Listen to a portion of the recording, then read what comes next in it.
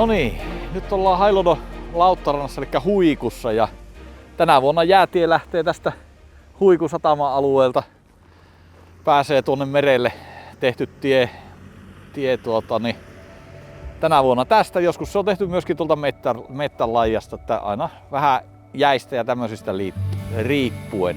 Me ollaan tätä jäätietä pietty vuodesta 2010, eli alkaa olla niin 16 vuosi meneillään. Toki siellä nyt on vuosia sitten, milloin jäätietä ei ole tehty, mutta niinäkin vuosina me on seurattu tuo jään syntyminen ja käyty mittomassa, mutta on ollut huonoja jäävuosia, ei ole joka vuosi päästy koneella tuonne töihin.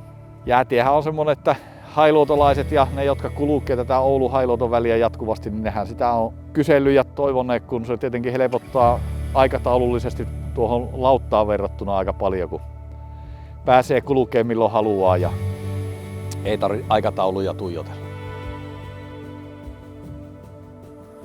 Jäätien tekohan alkaa sillä viisi, että seurataan jään muodostumista tähän oletetulle jäätien paikalle. Eli meidän tapauksessa tietenkin kun kuljetaan Oulun ja Hailodon väliä ihan lautalta seuraamalla, että mihin jäätä muodostuu ensimmäisenä ja varsinkin se, että mihin se muodostuu viimeisenä. Siitä pystyy jo sitten vähän päättelemään, että missä vaiheessa täällä on jäätä niin paljon, että tänne uskaltaa töihin lähteä.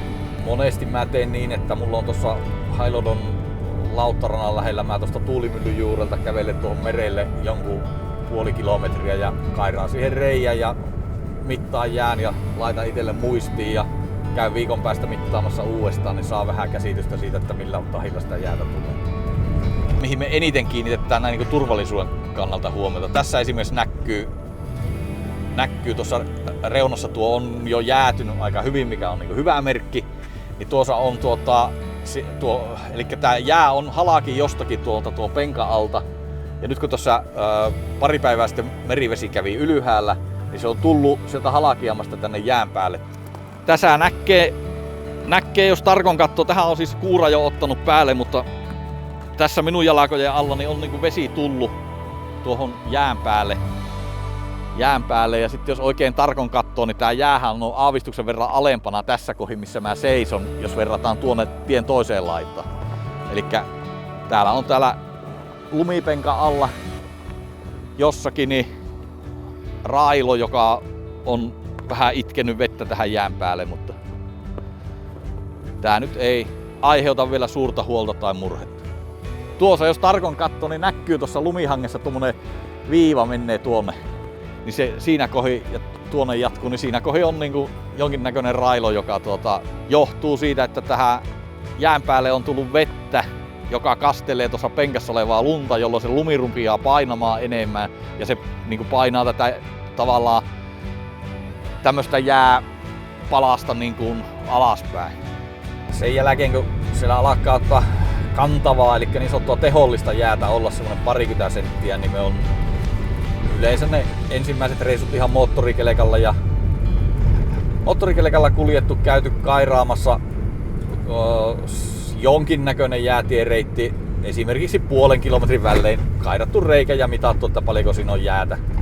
Saadaan käsitys tästä koko välistä, että minkä näköinen jää täällä on. Ja sitten siinä vähän sama homma, että sitten viikon päästä kun käy uudestaan, niin sitten saa käsityksen siitä, että mihin tahtiin sitä jäätä tulee. Käyn potkin tuon jään tosta pois. Joo.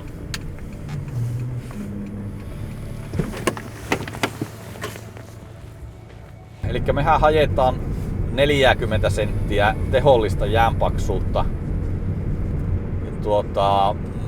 Mikä on meillä se raja, milloin saadaan jäätiä aukaista, mutta se on myöskin se raja, milloin milloin tämä jää kestää meidän kaluston.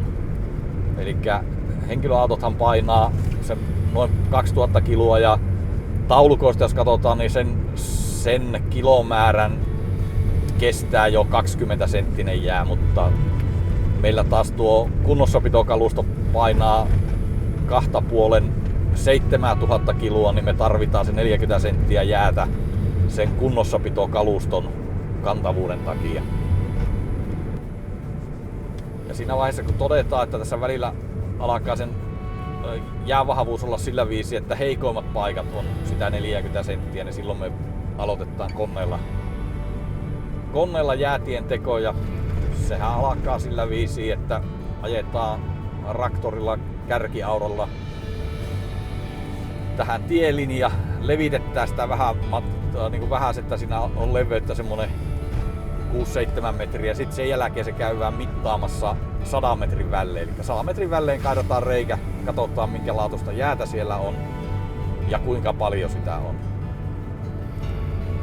Ja se tehollinen jää tarkoittaa sitä, että se on teräsjää plus puolet teräsjään päällä, jos on kohvajäätä. Tästä kohvajään vahvuudesta voi ottaa puolet huomioon.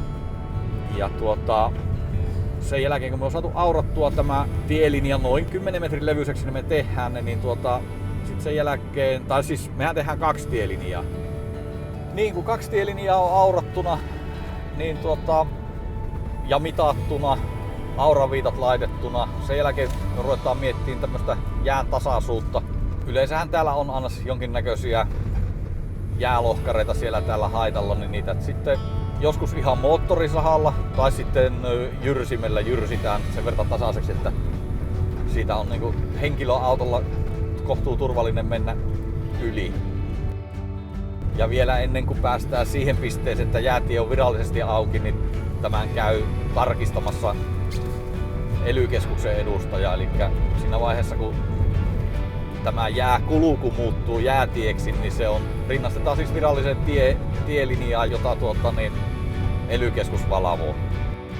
Kyllä semmoinen asia, mitä me täällä valvotaan, se, että tietenkin tässä tiellä ei saa olla lunta eikä epätasaisuuksia, mutta yllättäen suuri ongelma on meille se, että vesi tulee tähän tielle.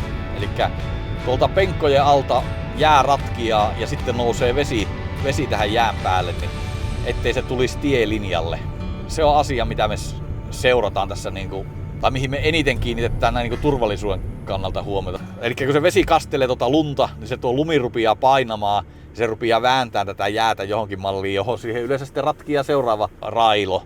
Ja sitten me seurataan niitä, että ne railot ei aiheuta ongelmaa, että ne ei ratkia liikaa. Se on ihan normaali, että niitä tulee noita railoja ja että tämä jää vähän vääntyilee jotenkin. Mutta niin se, että ne ei saa olla esimerkiksi irtonaisia nuo jäälohkareet, mitä täällä on, niin ne aiheuttaa sitten turvallisuusriskejä. Niin näitä juttuja me täällä ajellaan päivittäin monta kertaa päivässä. Tässä mennään kivikon yli, eli tässäkin kun on tuo kartio tuossa, niin siinä on kivi alla. Eli kun tämä meriveden korkeus kun vaihtelee, eli jos merivesi laskee, niin tuosta nousee jäästä läpi semmonen hattivatti sitten, kun se kivi puskee jään läpi. Samaten kuin tuo seuraava kartio, niin se on sen takia tuossa on merkkinä, että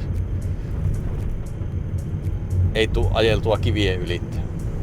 Meillähän satanut lumi työllistää paljon vähemmän, jos verrataan tähän mitä tuuli tuo lunta. Eli tässäkin näkyy tuossa oikeassa laijassa noita tommosia viipuloita tänne